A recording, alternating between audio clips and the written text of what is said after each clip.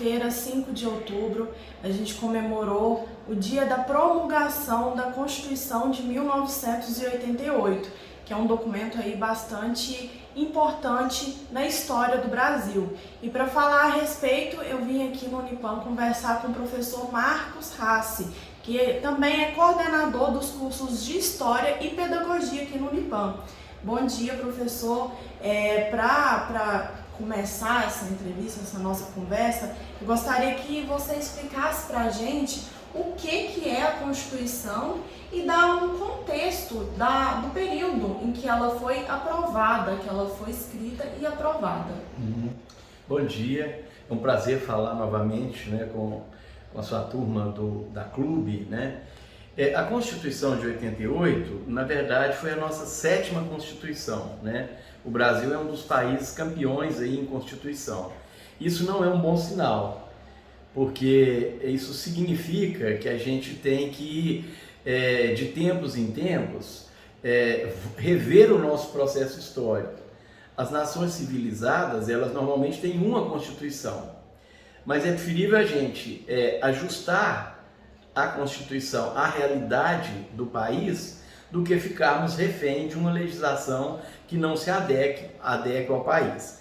A Constituição de 88, ela é considerada um dos documentos mais avançados do ponto de vista constitucional do mundo ocidental. Nossa Constituição, realmente, ela é um modelo, ela é um exemplo, ela serve de paradigma. Por quê? Porque ela avançou demais em inúmeros aspectos ligados à cidadania.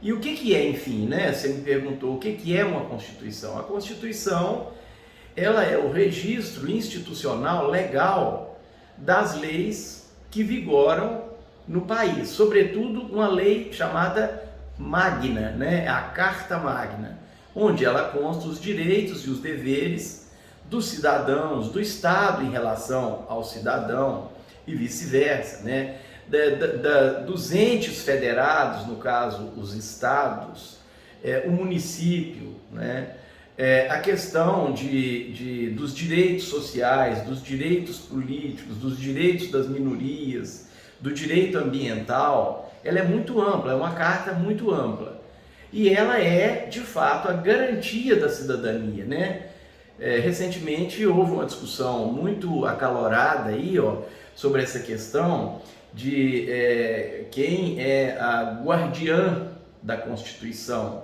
ou o guardião do ponto de vista institucional. E a Constituição é clara nisso,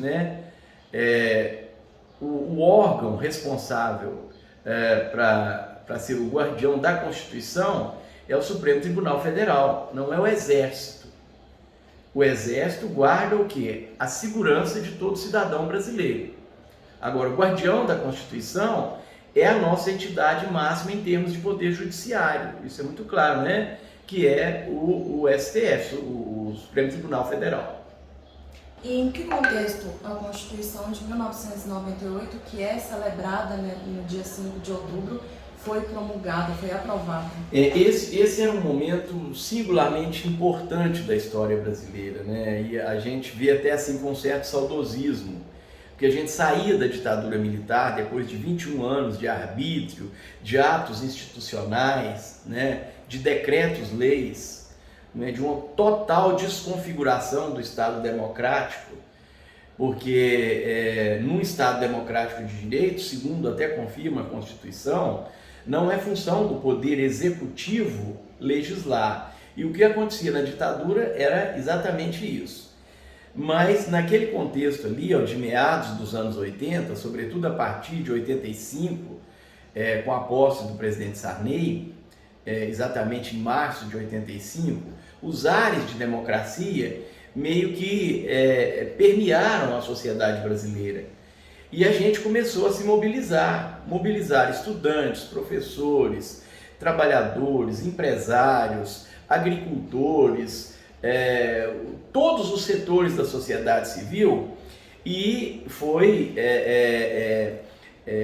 articulada a Assembleia Nacional Constituinte em 87, e a participação popular nessa Assembleia Constituinte foi absolutamente importante para resultar nessa Constituição chamada pelo Ulisses Guimarães, né, que era o senhor diretas já, de Constituição Cidadã. Então, nesse sentido, eu penso que a mobilização popular que o Brasil conseguiu a partir dessa, né, movimentação da sociedade civil foi fundamental para que a gente garantisse uma participação efetiva na Assembleia Constituinte de 87 que resultasse na Constituição de 88. Os ares de democracia, aquele desejo pulsante que o Brasil tinha, que a juventude brasileira tinha, de garantirmos, né, uma Carta Magna que fosse realmente tradutora dos nossos desejos do ponto de vista da justiça social, da democracia, né, elas foram bastante expressas e garantidas nessa Constituição, naquele contexto lá de 88. E essa é uma palavra, um termo muito associado à Constituição, que é a democracia. Fala-se muito de democracia de alguns anos para cá, mas percebe-se que não tem uma ciência muito clara do que é a democracia, e isso para as pessoas em geral. Só pode explicar para a gente o que é a democracia e de que forma ela está relacionada com a Constituição? A democracia talvez seja a invenção mais fantástica dos gregos, né? Mas isso há 4 séculos antes de Cristo, né? Lá na época da polis ateniense. A democracia naquela época, ela era muito mais restrita do que é a democracia hoje, né?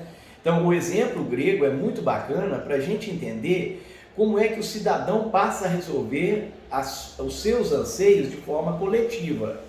Então, eu não posso querer resolver alguma coisa que seja somente para mim ou somente para você, Amanda, mas a gente pensa no coletivo, no todo.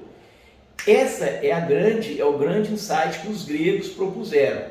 Olha, nós vamos nos reunir da polis, daí o nome política, para resolver nossas demandas de uma forma coletiva e não individualmente, né? Então era o governo das demos, os das trítias, que eram subdivisões da Ática, onde você escolhia os seus representantes livremente. Só que isso era restrito a 10% da população de Atenas. Por isso que a gente tem que ampliar o conceito de democracia. O Brasil hoje é considerado uma das maiores democracias políticas do planeta. Porque quando você fala em democracia no Brasil, a gente tem que fazer uma distinção também de democracia política, social, econômica. Porque o que nós temos garantido no Brasil é a democracia no seu sentido mais político, que é o direito do cidadão, né? Na hora que você imagina que a democracia é muito mais do que o direito de votar, é um direito muito mais amplo. Mas ainda considerando assim, veja o Brasil, a juventude de 16 a 18 anos pode votar, é facultativo. Os idosos acima de 70 anos também facultativo.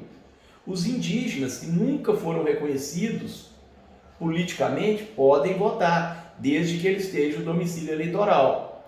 Então, assim, é muito amplo o espectro da nossa democracia política, né? Nesse sentido, não tenho dúvida. Agora, de fato, você tem razão quando se diz assim, olha, hoje se fala muito em liberdade. Mas liberdade para quê? Para me ameaçar? Hoje nós vimos muito isso. Alguém faz, usando as redes sociais, ameaça a vida de outro. Isso não é liberdade.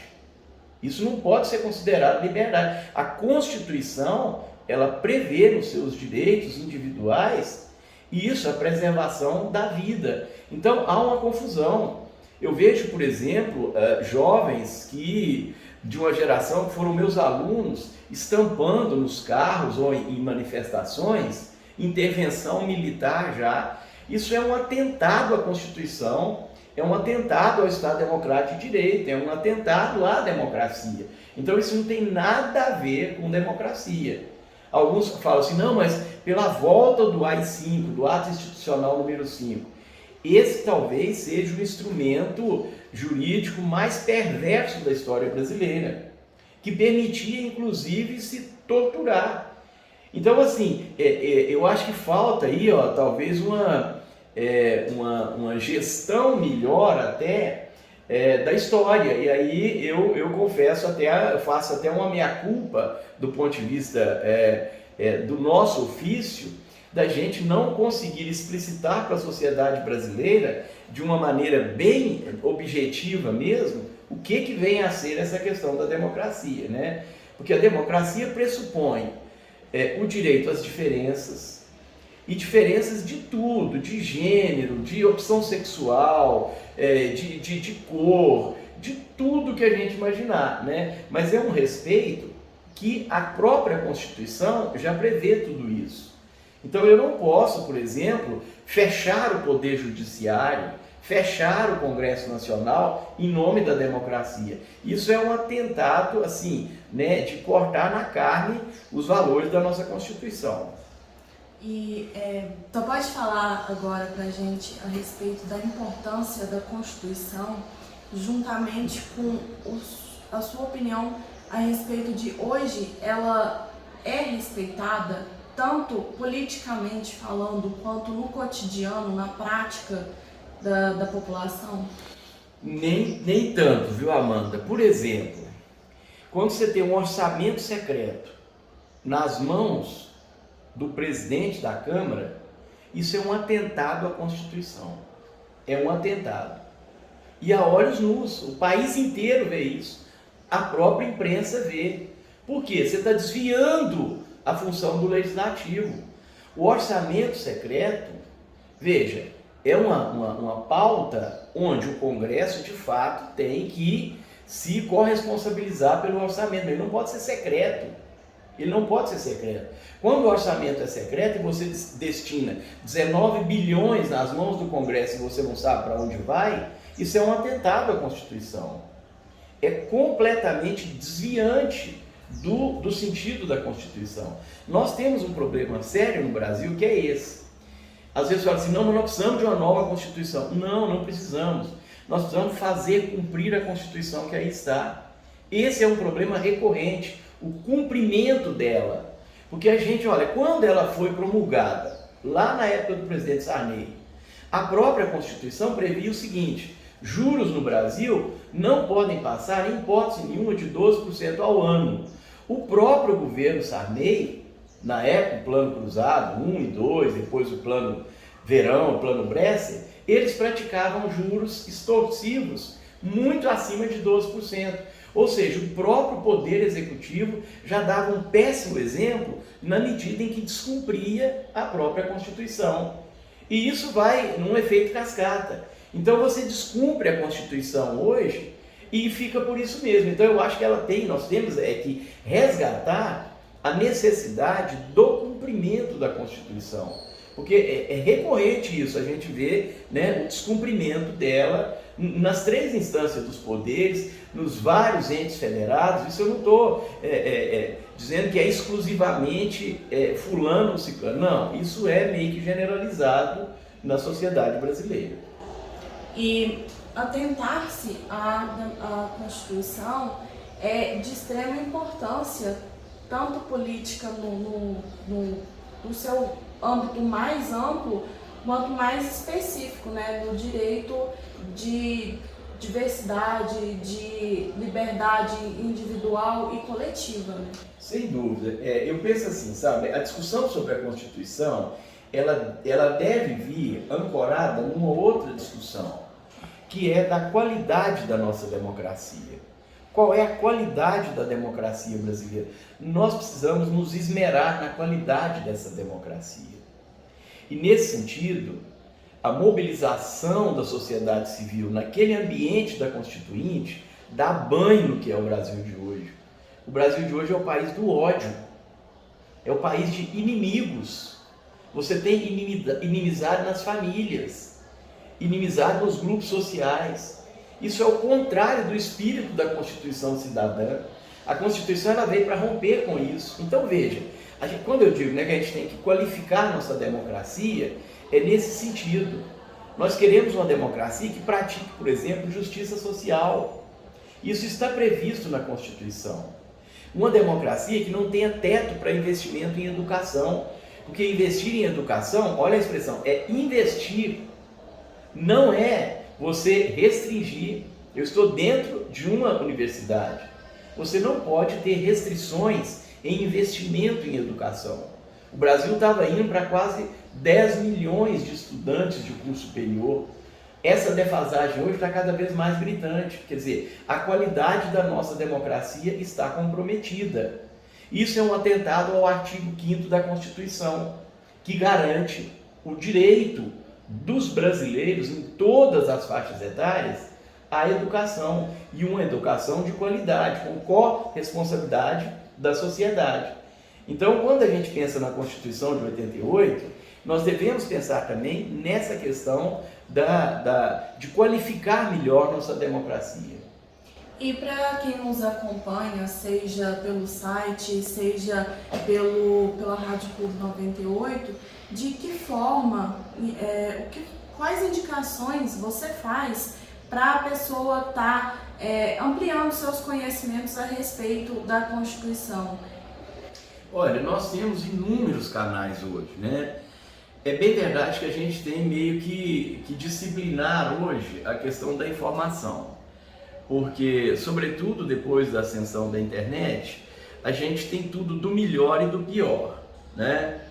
Mas eu sugiro, por exemplo, você tem órgãos ligados ao próprio Senado, né? A TV Senado, a TV Câmara, e, consequentemente, acompanhar nos próprios sites. Esses órgãos oficiais são fundamentais. Mas nós temos também organizações, ONGs, na sociedade civil, que aí depende do interesse. Por exemplo, se for para a questão dos indígenas, você tem como buscar na internet organizações não governamentais que fazem um trabalho extremamente importante nisso. Se for na pauta, por exemplo, né, das chamadas minorias, que são maiorias, né, LGBTQIA+, você tem também informações assim, que dão conta de expressar esses movimentos na sua autenticidade. Porque hoje tem esse problema, né? Mas a gente tem inúmeros, aí vale a pesquisa mesmo, uma pesquisa de qualidade, né? Uma pesquisa de qualidade para a gente não entrar nesse lugar comum de pegar coisa que não é edificante, não é educativa. Mas aí depende muito das várias áreas que compõem a sociedade brasileira. Mas o que não falta é você ir lá, né, no próprio São Google e fazer uma seleção qualificada de que site eu vou me direcionar, não é? Se é, por exemplo, de uma imprensa escrita, também esse tipo de seleção, a gente tem que ir qualificando, porque hoje você tem, por exemplo, tendências que são comprometedoras do ponto de vista ideológico. E aí vale uma leitura crítica também dessas ferramentas que a gente procura. Então essa foi a nossa conversa com o professor Marcos Rassi. Gostaria de agradecer a ele por essa aula de história e também de política, que a respeito aí da Constituição de 1988, que foi comemorado aí o seu dia no dia 5 de outubro de 2022, referente aí aos 34 anos desse documento tão importante para o Brasil, para a nossa democracia. Para o Clube Notícia, repórter Amanda Marques.